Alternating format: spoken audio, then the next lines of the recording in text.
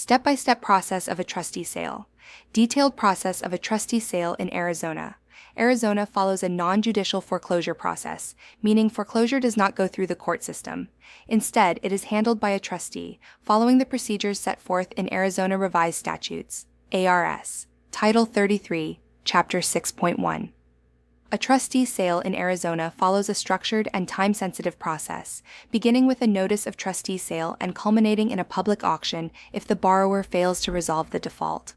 Arizona's laws provide limited options for borrowers to stop the sale, but understanding the timeline and procedures can help both homeowners and investors navigate the process effectively. Below is a step-by-step breakdown of how a trustee sale foreclosure auction occurs in Arizona. Step 1. Borrower defaults on the loan. A trustee sale process begins when the borrower misses mortgage payments. Typically, lenders allow 90 to 120 days of missed payments before initiating foreclosure. The lender may send reminders, late notices, or demand letters before officially starting the foreclosure. Some lenders may allow the borrower to modify the loan, apply for forbearance, or reinstate the loan before taking further action. Step 2. Notice of default, NOD, and trustee's sale. Recorded if the borrower fails to catch up on payments. The lender instructs the trustee to begin the foreclosure process. The trustee records a notice of trustee sale, NOTS, with the county recorder's office in the county where the property is located. The trustee mails the NOTS via certified mail to the borrower, lien holders, and other interested parties within 5 business days of recording the notice. The NOTS is published in a local newspaper once a week for 4 consecutive weeks. The NOTS is posted on the property and in a public place, like the county courthouse.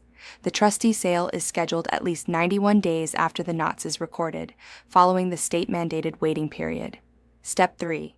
Borrower's options before the sale. Once the NOTS is recorded, the borrower has several options to stop the foreclosure before the sale date. Reinstatement, ARS, Paragraph 33-813A. The borrower can pay all past due payments, late fees, and foreclosure costs to bring the loan current. Reinstatement is allowed up until 5 p.m. the day before the trustee sale. Redemption, only for judicial foreclosures. Arizona does not allow a post-sale redemption period for non-judicial foreclosures. If the lender used a judicial foreclosure, the borrower may have 6 months to redeem the property. Short sale or loan modification. The borrower may negotiate with the lender to sell the home in a short sale or request a loan modification. However, if a trustee sale date is set, the lender may not agree to delay it. Filing for bankruptcy. If the borrower files for bankruptcy, the foreclosure is temporarily halted due to an automatic stay under federal bankruptcy laws. The lender may file a motion to lift the stay and proceed with the sale. Step 4. Trustee sale auction. If the borrower does not stop the foreclosure, the property is sold at a public auction. Auction process. The sale is conducted by the trustee at the time, date, and location specified in the NOTS, usually at the county courthouse or online. The opening bid is set by the lender, typically based on the outstanding loan balance, interest, and foreclosure costs. Interested buyers bid on the property, and the highest bidder wins. The winning bidder must pay in full immediately using cash or a cashier's check. If no third-party buyer wins, the property reverts to the lender, becoming a real estate-owned REO property. The lender may sell the property later through an agent or REO auction. Step 5. Transfer of ownership. Once the auction is complete, the trustee issues a trustee's deed upon sale to the winning bidder. The new owner records the deed with the county recorder's office. The new owner takes possession, which may involve evicting the former homeowner if they have not voluntarily vacated the property. Step 6. Post-sale considerations eviction of former homeowner.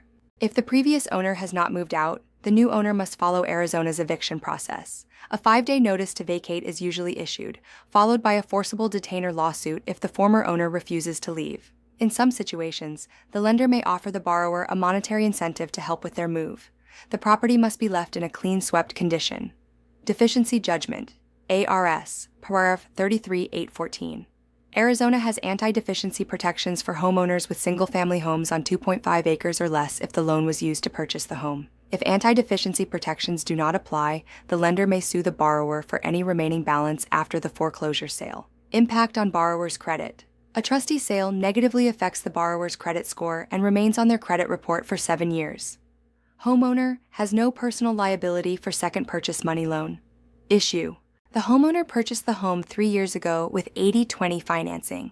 Both the 80% first purchase money loan and the 20% second purchase money loan are now in default.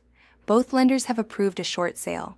Although the second purchase money lender has agreed to the short sale, the second purchase money lender is conditioning the approval of the short sale upon the homeowner paying the short sale difference in monthly payments over 5 years.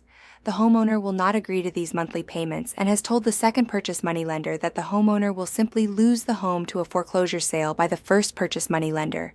If the homeowner loses the home at a foreclosure sale by the first purchase money lender, can the second purchase money lender file a collection lawsuit against the homeowner for the amount owed on the loan? Answer: no. Any loan used to purchase the home, whether in first position or any other position, is a non-recourse loan. In other words, the lender has no recourse against the homeowner for the amount owed on the loan and can only foreclose on the home. The lender has no claim for a deficiency judgment after foreclosure. In addition, the lender cannot bring a separate collection lawsuit against the homeowner for the amount of the loan. Baker v. Gardner, 160 Ares 98, 770 P2D 766, 1988.